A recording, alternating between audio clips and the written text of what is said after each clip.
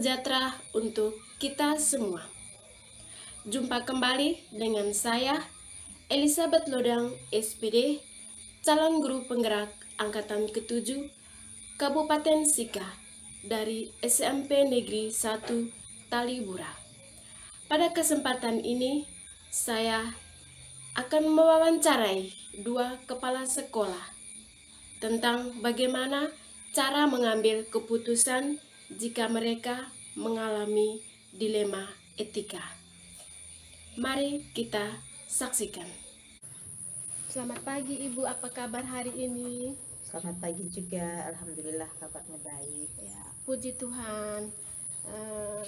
Ibu, hari ini saya mengucapkan terima kasih atas kesempatan dan waktu luangnya yang bisa Ibu persiapkan untuk saya, karena hari ini saya bisa melakukan wawancara bersama Ibu Kepala Sekolah saya guna memenuhi tugas guru penggerak, yaitu mengenai modul pengambilan keputusan berbasis nilai-nilai kebajikan sebagai seorang pemimpin. Ya, jadi di sini ada beberapa pertanyaan yang nanti akan saya sampaikan yang berhubungan dengan pengalaman-pengalaman Ibu sebagai seorang kepala sekolah dalam menghadapi situasi untuk memutuskan suatu keputusan yang baik terhadap guru-guru yang ada di sekolah yang Ibu pimpin. Jadi pertanyaan yang pertama, Ibu, bagaimana selama ini Ibu dapat mengidentifikasi kasus-kasus yang merupakan dilema etika atau bujukan moral? Terima kasih atas pertanyaannya. Cara saya mengidentifikasi kasus-kasus tentang dilema etika dan rujukan moral itu yang pertama disiplin. Jadi melihat guru-guru itu terpanggil tidak untuk mendisiplinkan diri datang pagi. Ya. Yang pertama. Terus yang kedua, supervisi yang dilakukan oleh kepala sekolah. Ya. Melihat kesiapan guru-guru dalam proses pembelajaran di kelas, baik supervisi perangkat pembelajaran maupun supervisi kelas. Nah, yang terlihat pada saat identifikasi itu, ada guru yang sadar dan mengalami perubahan, terpanggil dengan dedikasinya. Ada yang sampai sekarang sadar tetapi belum sepenuhnya. Jadi ada hari yang dia rajin, ada hari yang dia masih malas. Seperti itu. Ya, baik Ibu. Dengan menghadapi situasi-situasi yang ada selama ini, bagaimana Ibu menjalankan, terutama kasus-kasus di mana ada kepentingan yang sama-sama benar atau sama-sama mengandung nilai kebajikan? Kalau kasus yang saya alami di dalam sekolah ini, terkadang ada perbedaan pendapat antara sesama guru, tetapi kedua-duanya itu membawa kebaikan kalau dilihat. Tetapi saya pasti memilih yang kebaikannya itu lebih banyak untuk banyak orang, ketimbang yang kebaikannya itu masih bisa diprioritaskan untuk di tempat yang lain atau di waktu yang lain. Jadi saya akan mengambil yang keputusannya itu untuk masyarakat sekolah daripada kebaikan tetapi masih bisa dimanfaatkan oleh sebagian saja, atau kebaikan yang masih bisa kita tunda keputusan itu untuk masalah yang berikutnya. Iya, baik Ibu. Dengan menghadapi situasi-situasi yang seperti itu, langkah-langkah atau prosedur seperti apa yang bisa Ibu lakukan selama menghadapi situasi seperti yang sudah Ibu ceritakan?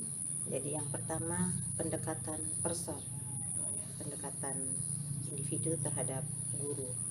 Jadi menanyakan pada guru kenapa harus seperti itu dan apa yang memotivasi dia melakukan itu. Dan andaikan itu tidak terjadi, saya ganti dengan yang lain, itu kira-kira apa keputusan dia. Jadi Saya pertama pendekatan personal. Ya. Setelah saya dengar dari orangnya sendiri, terus saya panggil orang-orang seperti guru-guru senior yang saya percayakan punya pengalaman yang baik, itu membantu saya dalam saya menyampaikan masalah yang saya hadapi bersama guru tersebut, terus menyampaikan alasan yang sudah diberikan oleh guru tersebut. Kira-kira pertimbangan mereka itu dan pertimbangan yang saya berikan itu bagaimana.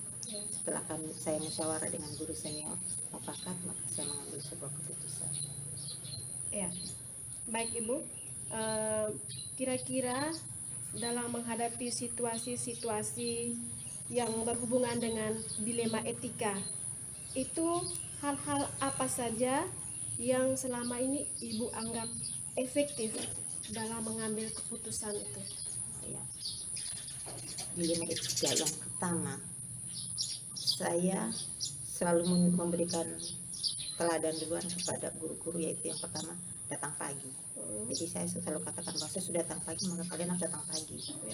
Saya yang jauh sudah datang, maka kalian yang dekat juga harus datang. Yang kedua, saya memberikan petunjuk bahwa teladan bahwa terhadap guru senior itu yang lebih biasa, maka kita harus mencium tangan mereka, salim. Jadi saya walaupun kepala sekolah, saya tetap menyalin tangan guru senior saya, karena saya menganggap bahwa mereka itu orang tua saya. Jadi bukan karena jabatan terus saya menganggap mereka itu di bawah, tidak. Saya selalu menghargai orang yang lebih senior dari saya dan adik-adik saya. Kalau untuk guru-guru yang perempuan, saya tidak biasa membiarkan mereka menyalin tangan saya, tapi kami mencium pipi biasanya bersama, seperti itu. Jadi antara etika, keputusan etika dan moral, kita sebagai pemimpin harus menunjukkan etika yang baik duluan, moral yang baik, sehingga apapun keputusan yang kita ambil selalu mengedepankan etika dan moral. Jadi musyawarah dulu dengan guru, minta pendapat mereka, andaikan saya buat seperti ini itu apa, kecuali memang kesalahan yang fatal darurat, itu saya ambil keputusan tanpa musyawarah. Itu saya akan ambil keputusan menggunakan hak prerogatif saya sebagai kepala sekolah, tapi saya yakin bahwa keputusan yang saya ambil akan membawa dampak positif bagi guru-guru saya. Ya, baik Ibu. Dalam menghadapi situasi-situasi yang sudah dilewati, kira-kira Ibu memiliki sebuah tata cara atau jadwal tertentu dalam sebuah penyelesaian kasus dilema etika yang Ibu hadapi, dan apakah Ibu langsung menyelesaikan di tempat pada saat terjadi, atau Ibu memiliki sebuah jadwal untuk menyelesaikannya? Kira-kira bentuk atau prosedur seperti apa yang Ibu jalankan? Kalau saya biasanya itu menyelesaikan masalah langsung di tempat. Saya tidak biasa membuat waktu dulu untuk tidak. Begitu ada masalah dan masalah itu harus saya selesaikan saat itu. Jadi kalau masalahnya itu saya berpikir saya itu kalau butuh musyawarah, maka saya akan mengumpulkan dulu untuk musyawarah, mengambil keputusan. Tetapi kalau masalah itu saya anggap bahwa itu bisa saya ambil keputusan sebagai hak prerogatif saya sebagai kepala sekolah, maka saya langsung putuskan saat itu. Ya, luar biasa Ibu.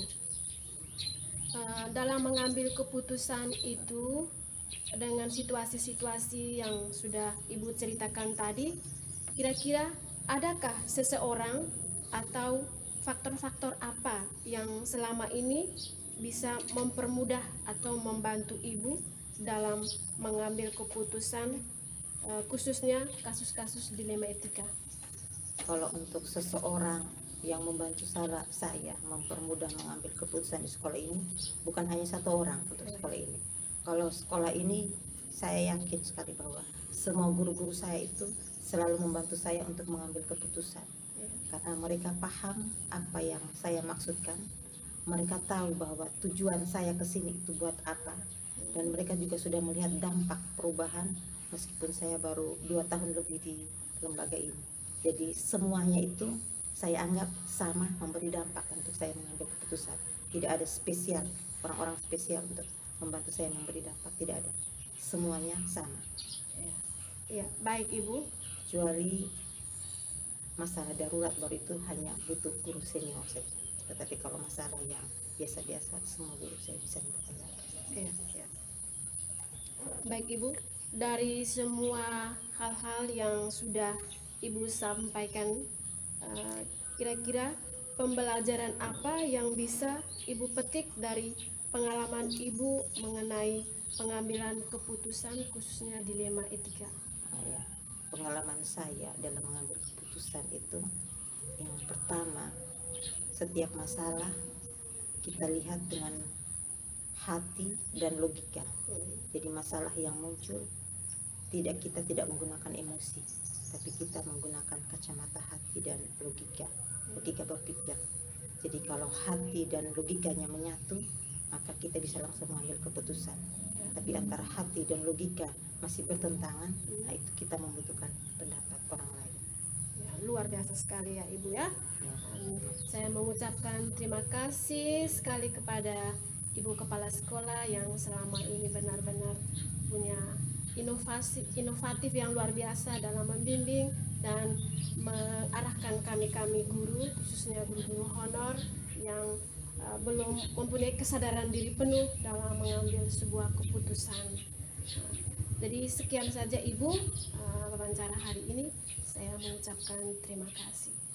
Sama-sama untuk semuanya, dan sebenarnya itu Ibu, kegiatan yang Ibu lakukan ini juga dapat memberikan pencerahan bagi saya untuk dapat menjalankan tugas saya di lembaga ini ke depan. Jadi terima kasih karena hari ini telah menjadi kita saling memberi dan menerima. Terima kasih banyak. Oke. Selamat pagi Pak. Selamat pagi. Bagaimana kabarnya hari ini? Baik. Alhamdulillah Pak, puji Tuhan ya. Yang pertama Pak, saya mengucapkan terima kasih atas waktu dan kesempatannya sehingga Pak bisa meluangkan waktu untuk bisa mengikuti wawancara ini. Jadi tujuan wawancara ini untuk memenuhi tugas kami sebagai guru penggerak di modul 3.1.a, yaitu pengambilan keputusan berbasis nilai-nilai kebajikan sebagai seorang pemimpin. Ya. Nah, di sini ada beberapa panduan pertanyaan yang mengenai keputusan seorang kepala sekolah. Jadi di sini Pak sebagai seorang kepala sekolah, keputusan yang diambil itu dengan situasi-situasi yang sudah dialami, bagaimana dikaitkan dengan nilai kebajikan sebagai seorang pemimpin. Ya Pak, pertanyaan yang pertama, bagaimana selama ini Pak dapat mengidentifikasi kasus-kasus yang merupakan dilema etika atau bujukan moral? Untuk membedakan antara ini kasus dilema etika, ini kasus bujukan moral, maksudnya begitu. Oke. Biasanya dalam pertemuan, sebelum pertemuan biasanya ada kita alami kasus-kasus entah dilakukan atau terjadi di sekolah, baik oleh siswa dan guru ataupun di antara guru dan guru. Itu tentu ketika kita mengalami di sana ada yang membuat kita sulit untuk menentukan yang harus seperti apa. Tapi bahwa setidaknya saya melihat dari dampak apa yang akan terjadi ketika kan harus menganalisis dulu, tidak bisa langsung mengambil keputusan dengan serta-merta ini harus begini, tidak bisa.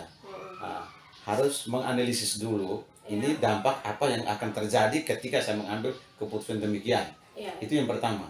Yang kedua, keputusan yang diambil itu harus melihat dari sisi manusia, dari sisi manusia. Kalau seandainya saya demikian, maka apa yang saya rasakan nanti tentu sama dengan dia yang dia rasakan. Tidak bisa saya mengambil bahwa seolah-olah bahwa kita berada pada posisi yang paling istimewa, paling benar, lalu melihat orang lain pada posisi yang salah atau tidak benar. Tidak. Harus melihat bahwa kita ini sebagai pihak yang mesti bisa dikoreksi juga. Oke. Dalam kaitan dengan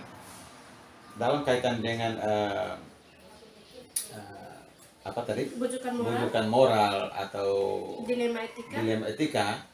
Itu yang paling pertama tadi, kita menganalisis dulu fakta atau persoalan yang terjadi. Yang kedua, karena dalam satu course maka dibuat pertemuan.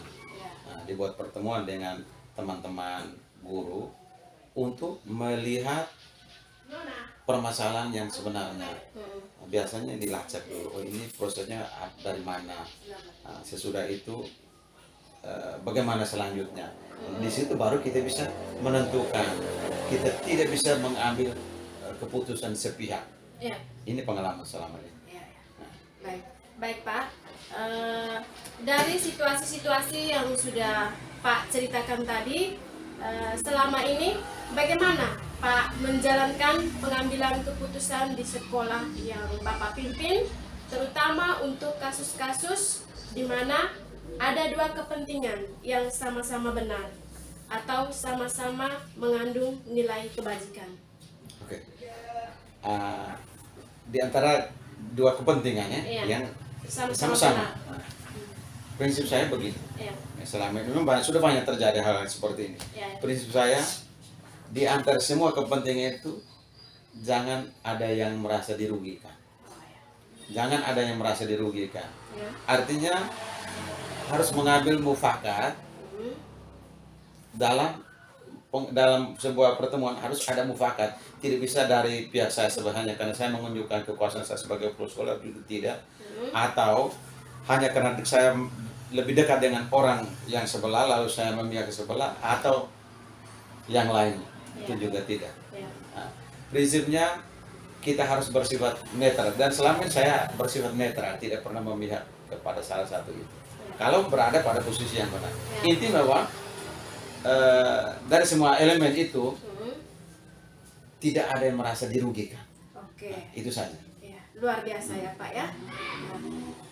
Pertanyaan yang berikut,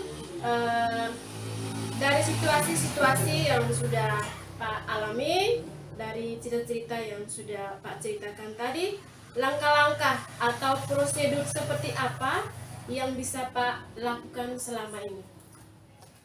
Mungkin ada langkah-langkahnya yang Pak lakukan atau prosedurnya seperti apa yang bisa Pak lakukan untuk menyelesaikan permasalahan-permasalahan yang Pak hadapi? Oh, yang tadi. Saya biasanya begini. Saya tidak langsung bertemu dengan Bapak Ibu guru. Ya. Itu saya analisis dulu pada biasa pertama. Saya analisis. Oh, sesudah dalam analisis itu kalau proses saya dengar, misalnya ada salah satu pihak, saya dengar, oh ini mungkin kemungkinan begini. Lalu saya semacam mengidentifikasi itu tidak dari pikiran saya, tidak saja, tapi harus cari orang-orang yang dianggap punya pengaruh, orang-orang yang dianggap mampu untuk bisa menetralisir persoalan yang terjadi. Biasanya orang katakan persoalan yang besar bisa jadi kecil, yang kecil bisa jadi hilang, yang berat jadi ringan. Nah, jadi saya melihat orang-orang yang bisa saya percaya untuk bisa membantu saya untuk menyelesaikan masalah ini. Tidak satu orang, ada beberapa orang, baik teman guru maupun tokoh-tokoh. Saya harus cari tahu dulu. Nah, jika itu masalah itu sangat besar, maka saya harus cari tahu, tidak bisa serta-merta saya harus mengambil keputusan itu. Sesudah itu baru saya undang untuk buat pertemuan. Oke, persoalannya seperti begini. Biasanya saya meminta atau menawarkan ide atau gagasan dari teman-teman, gagasan penyelesaian. Menurut Bapak Ibu yang seperti ini kira-kira bisa seperti apa. Jadi setiap kita menyampaikan ide kita untuk menyelesaikan persoalan itu. Dari ide itu baru kita padukan, kita sinergikan untuk mencari satu solusi yang terbaik agar semua pihak tadi itu seperti semua pihak itu tidak dikecewakan, tidak merasa dikecewakan atau tidak merasa dipojokkan, seperti itu. Jadi itu langkah-langkahnya seperti itu. Baik Pak, hal-hal apa saja yang selama ini Pak anggap efektif dalam mengambil keputusan pada kasus-kasus dilema etika? Yang selama ini yang saya rasa efektif seperti tadi, seperti ini. Dengan mencari narasumber yang bisa dipercaya untuk membantu menyelesaikan masalah, kemudian dengan mempertemukan teman-teman tadi untuk bisa menyelesaikan masalah. Saya tidak bisa menyelesaikan masalah sendiri. Nah, itu saya bisa menyelesaikan harus ada keputusan bersama, mufakat bersama. Karena saya memimpin bukan memimpin untuk diri sendiri, tapi memimpin untuk sebuah lembaga. Dan dalam lembaga itu ada sekian banyak elemen yang turut mendukung kemajuan lembaga itu. Ya. Oke. Baik Pak, dalam menghadapi situasi-situasi yang sudah Pak ceritakan tadi itu, apakah Pak memiliki sebuah tata cara atau jadwal tertentu dalam sebuah penyelesaian kasus dilema etika? Apakah Pak langsung menyelesaikan di tempat pada saat kejadian atau memiliki sebuah jadwal untuk menyelesaikannya? Bentuk atau prosedur seperti apa yang Pak jalankan? Baik, itu tergantung kasus. Ya. Kasus misalnya kasus yang ringan, apa kita bisa selesaikan di tempat itu. Tapi ada kasus yang butuh kajian dan sebagainya. Biasanya lewat jadwal, dalam arti kesepakatan. Oke, kira-kira kayak di sekolah saya selalu saya sampaikan macam baru-baru terjadi, kami harus bentuk komite kelas itu untuk meminimalisir seluruh persoalan yang dikeluhkan oleh masyarakat umumnya dan orang tua murid khususnya di SDNB. Ya. Nah, dari setiap kelompok-kelompok itu, langkah-langkah yang tadi itu saya pertama membentuk komite kelas. Dari setiap komite kelas kami pertama mengidentifikasi semua persoalan, artinya kekuatan dan kelemahan. Kekuatan, hal-hal yang menjadi kekuatan kita pertahankan, hal yang menjadi kelemahan kita identifikasi. Oh, kelemahannya ini kira-kira sumber kelemahannya apa masalahnya, apa yang menjadi yang menyebabkan permasalahan ini terjadi, lalu mencari solusi. Solusi itu sekarang tergantung, solusi itu kita bisa selesaikan di kelas itu atau solusi kita rekomendasikan bisa diselesaikan di tingkat yang lebih tinggi, misalnya di tingkat komite sekolah atau di tingkat pemerintah seperti di desa, kecamatan atau di kabupaten, bahkan di tingkat pusat lewat jalur-jalur yang sudah kita lihat bersama. Misalnya katakan saja soal keamanan, pasti tentunya dengan pihak pemerintah yang sudah, atau misalnya permasalahan tentang kekurangan sarpras, berarti kita melalui pemerintah lewat Dapodik dan seterusnya itu. Ya, baik Pak. Begitu. Ya, dalam menghadapi situasi-situasi yang ada seperti yang sudah Pak ceritakan, adakah seseorang atau faktor-faktor apa yang selama ini mempermudah atau membantu Anda, membantu Pak dalam pengambilan keputusan dalam kasus-kasus dilema etika? Tentu ada, maka saya bilang tadi saya tidak bisa bekerja sendiri. Faktor atau hal orang-orang yang bisa mendukung saya itu yang pertama adalah Bapak Ibu guru saya yang ada di sekolah. Saya tentu tidak bisa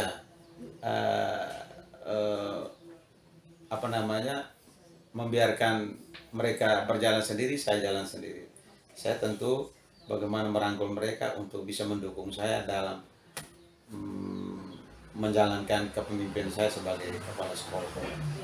Jadi mereka lah yang saya andalkan. Selain itu juga ada stakeholder yang lain seperti pemerintah di desa, pemerintah kecamatan, pemerintah kabupaten dan seterusnya. Nah, mereka kemudian juga tokoh-tokoh, mereka juga bisa mendukung seperti komite kelas, komite sekolah, tokoh-tokoh pemerhati pendidikan. Jadi setiap kali ketika kita mau melaksanakan event-event tertentu, tentu mereka-mereka itu yang kita undang untuk bisa mendukung, entah dengan pikiran maupun dengan cara mereka untuk mendukung kita. Dan pengalaman saya selama ini, saya tidak pernah merasa kesulitan. Kenapa? Karena saya selalu merangkul mereka. Terlebih Bapak Ibu guru, saya merasa terbantu sekali karena mereka mendukung saya. Karena prinsip saya ada karena mereka. Saya jadi kepala sekolah karena ada juga guru bantu, dan juga ada siswa. Karena mencari kepala sekolah kan ada mereka. Tidak bisa, tidak ada guru bantu, tidak ada siswa, siapa yang bisa jadi kepala sekolah? Kan tidak. Jadi seperti itu. Iya, luar biasa sekali ya Pak ya. Ini pertanyaan yang terakhir. Dari semua hal yang telah Pak sampaikan, kira-kira pembelajaran apa yang dapat Pak petik dari pengalaman Pak mengambil keputusan dilema etika? Oke, baik. Pertama, pembelajaran yang pertama itu, yang pertama harus sabar. Pertama paling itu harus sabar. Yang kedua harus mampu memilah antara kepentingan pribadi dan kepentingan umum. Harus tinggalkan namanya kepentingan pribadi. Harus, tidak bisa tidak. Itu pelajaran yang selama saya petik. Kita tidak bisa membawa kepentingan persoalan yang ada di rumah atau di keluarga, lalu kita lampiaskan di sekolah. Itu pengalaman kedua. Yang ketiga, pengalaman saya selama ini dalam tugas saya harus bisa membedakan, meskipun kita di luar, kita keluarga, hubungan darah atau apa segala macam, keluarga, adik kakak dan sebagainya, tapi di dalam ruang pertemuan beda. Ruang pertemuan beda. Saya marah bukan karena marah karena soal suka atau tidak suka sebagai seorang pribadi, tapi tidak marah karena tugas, marah demi memperbaikan soal tugas dan karir. Nah, pengalaman ketika saya marah, tidak pernah rasa dendam dan harus bawa keluar, tidak. Sesudah pintu keluar dari pertemuan, keluar dari pintu itu, masalah itu selesai tidak. Dan sesudah di luar, kita tetap sebagai saudara, tetap sebagai adik kakak seperti biasa. Dan itu pengalaman saya. Dan itu kita merasa bahagia. Nah, tidak rasa beban yang tersimpan dalam hati, dalam diri, dalam pribadi kita. Sehingga kita sampai di rumah, kita aman. Kembali ke kita punya kepentingan di rumah. Sampai di sekolah ya dengan urusan kepentingan sekolah. Itu pengalaman saya. Jadi tidak boleh mencampur adukan antara kepentingan di rumah dengan kepentingan umum atau kepentingan tugas kita. Tidak boleh mencampur aduk. Ya Pak, dari saya sangat memberikan apresiasi dan saya merasa bahwa Pak dalam mengambil keputusan sudah sangat profesionalisme. Mungkin sekian saja wawancara saya hari ini. Saya mengucapkan terima kasih kembali untuk yang kedua kalinya karena saya bisa belajar banyak dari Pak dalam hal mengambil keputusan yang berbasis pada nilai-nilai kebajikan untuk ke depan. Terima kasih banyak. Terima kasih, selamat siang. Demikianlah wawancara saya dengan kedua kepala sekolah tentang bagaimana cara mengambil keputusan jika mereka mengalami dilema etika. Semoga dengan wawancara ini dapat bermanfaat untuk kita semua. Sekian dan terima kasih. Salam Guru Penggerak.